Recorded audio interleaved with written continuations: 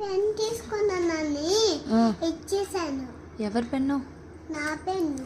ఎవరు తీసుకున్నావు? పెన్ను నువ్వు తీసుకున్నావా? పెన్ తీసుకున్నానని ఇచ్చాను, అందుకని రేపు కొనుక్కుంటాం మళ్ళా. ఇచ్చుడు. ఎవరి పెన్ తీసుకున్నావు నువ్వు? అన్నమ్మ తీసుకుంటాం. గోపక్క అంటుంది, హోంవర్క్ చెయ్యట్లేదా? చెయ్యమని చెప్పు. గోపక్క హోంవర్క్ చేసి చెప్పు. గోపక్క ఏంటి?